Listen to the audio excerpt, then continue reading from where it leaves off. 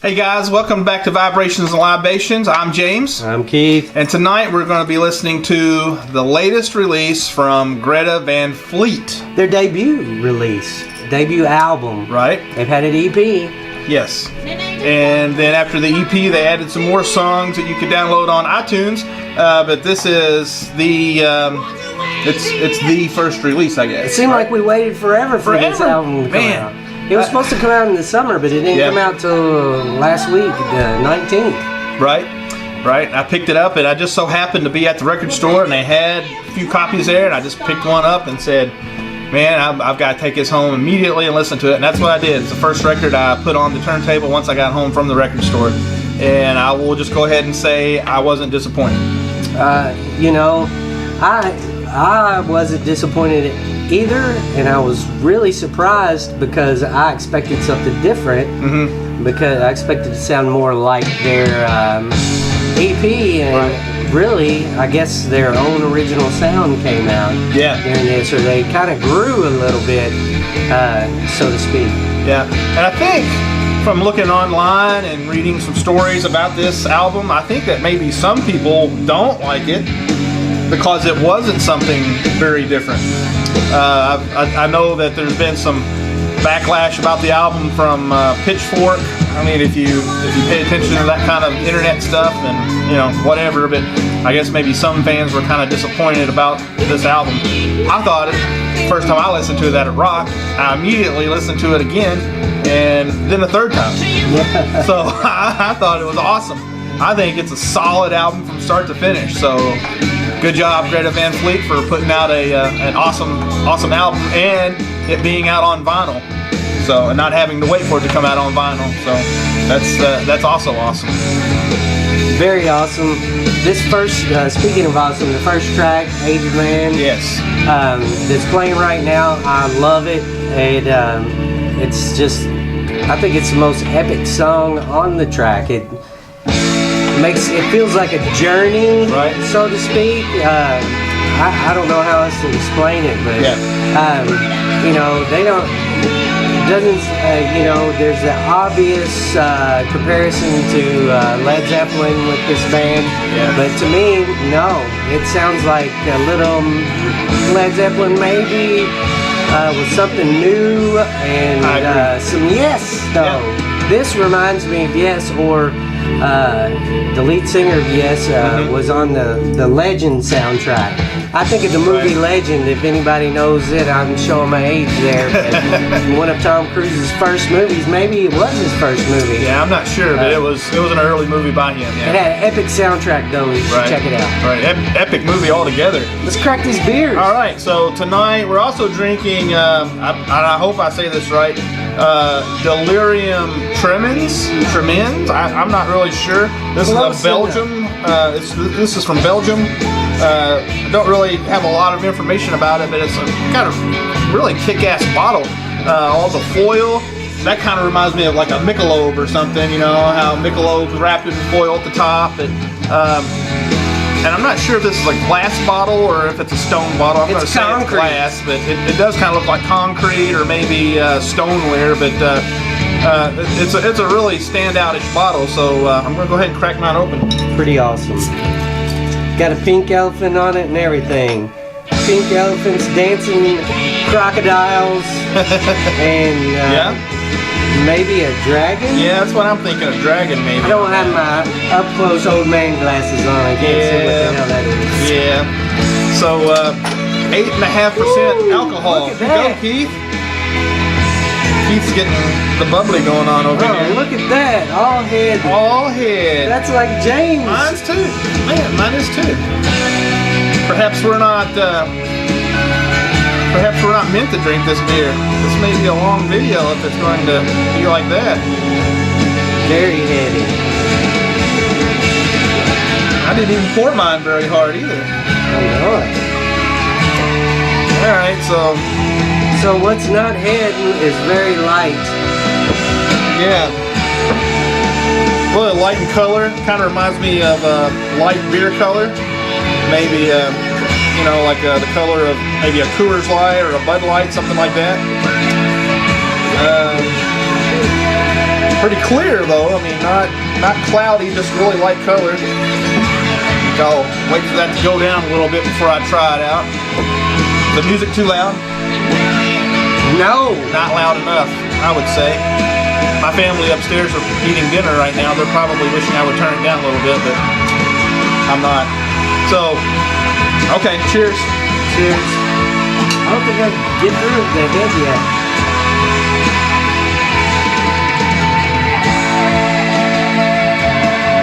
Wow, that's really good.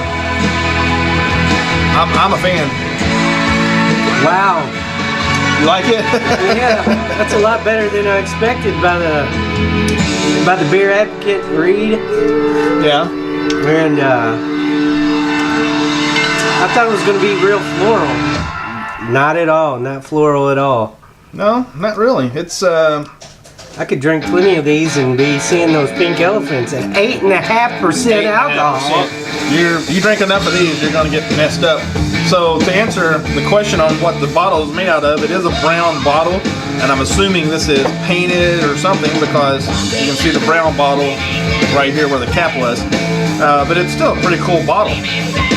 So we'll put that right here by the album. All right, so first beer ever spilt on James's bar. it's okay. That's what bars are for. Yeah, okay, so I was telling Keith we were trying another beer earlier, and I was telling Keith that it kind of reminded me of Goose Island Matilda, which is one of my favorite beers, but this is even closer to that taste. So what do we got here? It's a Belgian ale, so it is pretty close to Matilda, which is also a Belgian. I'm liking it. It's got a strong taste at first, but it doesn't finish strong, I don't think. Nope, not like Beer Advocate says. Beer Advocate says it's strong and bitter. Yeah, I don't know. It's a good bitter. I'll put it that way. It's bitter, but it's not overpowering, I don't think. The aftertaste is sticking around. It's, Right. It's got that little bit of hint of floral flavor that a lot of Belgian ales have. Yeah. But it's clean. It's well balanced. Right. It's good. Yeah. Yeah, I agree. I'm a fan. It's the first time I've tried it, and I've seen it. I've never took a chance on it. And at the liquor store I was at, they said, "Why don't you try this?" I said, "Okay." So bought two of them, one for me, one for Keith, and brought them home. And I'm glad I did because it's a pretty tasty beer. Yep. All right. So the album is. I don't know. I was pleasantly surprised that it is rock and roll. Yeah. I was afraid maybe putting out more stuff, they would try to maybe go out on a limb and, maybe do something a little newer sounding. But to me, this reminds me of good classic rock and roll music. Right. And that's what I like best about Greta Van Fleet. Do they sound a little bit like this band? Yeah. Do they sound a little bit like that band? Yeah. It's refreshing to have that in today's music. Right. So, and it's like a fresh take on it, though. Yeah, it is. It is. It's Right. a fresh take on a classic sound. Yeah. So if you're watching this and you like listening to classic rock stations, or if you have classic rock albums and you've never listened to Greta Van Fleet, give them a listen, and let your kids listen to it too because it's new. So they're not going to say, "Oh, that's old music, Dad." So they might listen to it and like it, and then that may be a gateway album for other stuff that they have never given a chance. Right. Maybe your kids will come to you and say, "Hey, Dad, listen to this band I found. I think you'll like them." Right. That'd be the coolest thing ever. That would be, yeah. My little girl, she's 6. She was dancing to this before I came over. I was listening to it as I was showering. And, after I got out of the shower, she came downstairs and she was standing over in the corner dancing. She picked up an acoustic guitar. Yeah, Awesome. that is awesome. I was loving it. I wish that my children liked more of the music that I like, but gradually they're starting to kind of come around and they like something. Like my oldest daughter was listening to Ray Charles earlier. Awesome. And while she was listening to that, I was listening to it in here in the bar, and she's like, "Is that Ray Charles? I've been listening to Ray Charles." So, just let them get a little older. She's 13. Yeah. They'll come around. Right. They'll figure out what good music is. So. All right, so album. Favorite song on the album? My favorite song, and I have to look. I'm sorry. That's okay. Mine is A Brave New World. That's the next to the last track. Yeah. On the second side. Yeah. And also the first song, Age of Man, is very close second. Yeah. But I love that song. I love how it sounds. And both of them are kind of slower songs. And I was discussing this with a person at a bar the other day about what I thought about this and what she thought about it. She said, I really like it that, she's like, my husband doesn't like it that they slow things down so much. It seems like half of it's slow, half of it's more rocking. And I was like, I love that they slow things down. Yeah. Because I think that's where the singer's voice kind of shines. Right. Yep. And he shows a little more growth. He's not like trying to just belt it all out. Yep. He's slowing it down. The songwriting is better. It's more grown up. Yep. It's not just a quickie rock, wham bam, thank you ma'am. It's more thoughtful. The musicianship is there more. Mm-hmm. And I think they made a wise decision because originally they went in the studio and they were going to record songs that they wrote over the previous three to 5 years, something like that. And they got in there, and I think like 75% of this album was all stuff they wrote while in the studio recording. So brand new stuff. Yeah. It just all just like flowed out. So right. That's awesome. And the album cover also. I mean, it's badass. I love it. Just keep looking at it. You can see all kinds of stuff. Yeah, you can. You get up close and you see people in it. You see trees in it. That you just first glance, you just kind of see the, I guess the sun and the eclipse sun over here maybe, and the rock formations down at the bottom. And you get to looking at it, there's more depth to it than just the first glance. So, all right. So, Keith's favorite song was again? It was A Brave New World. And mine was Age of Man. So what about the beer? Are you going to attempt to look for this again, or maybe if somebody had one, you would drink it again? Yeah, I'll definitely have this beer again, and I'll probably buy some because it's really tasty. I'll rate it right now. Rate it. I'll give it a 4 out of 5. 4 out of 5.